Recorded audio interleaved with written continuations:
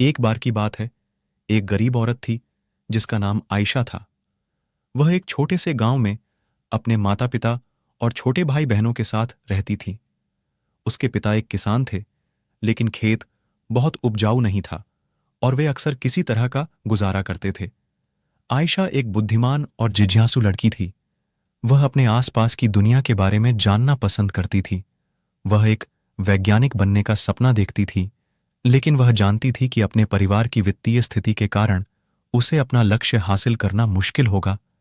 एक दिन आयशा के पिता बीमार पड़ गए। वह काम करने में असमर्थ थे और परिवार की आय और भी कम हो गई।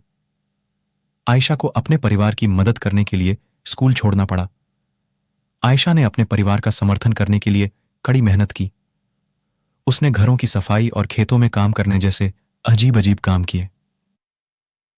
उसने स्थानीय बाजार में सब्जियां बेचना भी शुरू किया। अपनी व्यस्त दिनचर्या के बावजूद आयशा ने वैज्ञानिक बनने के अपने सपने को कभी नहीं छोड़ा।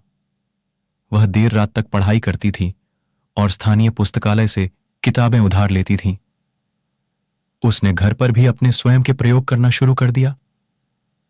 कई सालों की कड़ी मेहनत और दृढ़ संकल्प के बाद आयशा ने आखिरकार अपने सपने को हासिल कर लिया। वह विश्वविद्यालय में दाखिला लिया और वैज्ञानिक बन गई। उन्होंने विज्ञान के क्षेत्र में महत्वपूर्ण योगदान दिया। इस कहानी की सीख, आयशा की कहानी, हम सभी के लिए एक प्रेरणा है।